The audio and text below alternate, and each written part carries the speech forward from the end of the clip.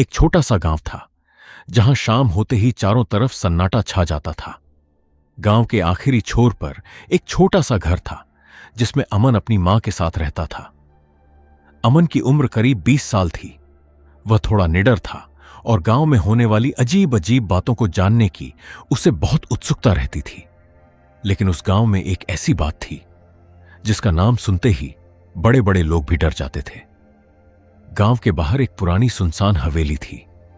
लोग कहते थे कि वहां रात में कोई नहीं जाता, क्योंकि हर रात ठीक 12 बजे उस हवेली से किसी के चलने और दरवाजा खटखटाने की आवाज आती थी। अगले दिन सुबह अमन ने अपनी मां से पूछा, माँ, वो हवेली इतनी डरावनी क्यों है? वहाँ रात में कदमों की आवाज किसकी आती है? मां कुछ पल चुप रही, फिर बोली, बेटा, उस हवेली के बारे में जितना कम जानो उतना अच्छा है। अमन ने पूछा।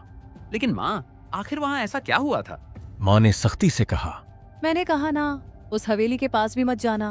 अमन चुप हो गया, लेकिन उसके मन में अब उस हवेली का रहस्य और भी गहरा हो गया था।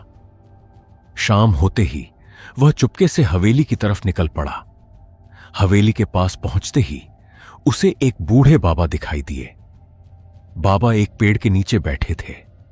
अमन ने पूछा, बाबा, क्या आप इस हवेली के बारे में जानते हैं? हाँ बेटा, मैं इस हवेली का पूरा सच जानता हूँ। अमन उत्सुक होकर उनके पास बैठ गया। बाबा बोले, कई साल पहले इस हवेली में एक परिवार रहता था। एक रात अचानक उनकी छोटी बेटी गायब हो गई। अमन ने पूछा, फिर वो लड़की कहाँ गई?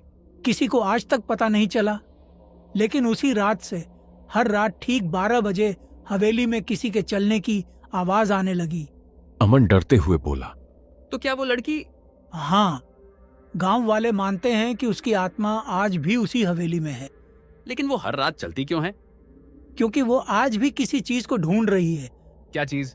ये राज तुम्हें खुद उस हवेली के अंदर जाकर पता करना होगा। अमन हवेली को देखने लगा।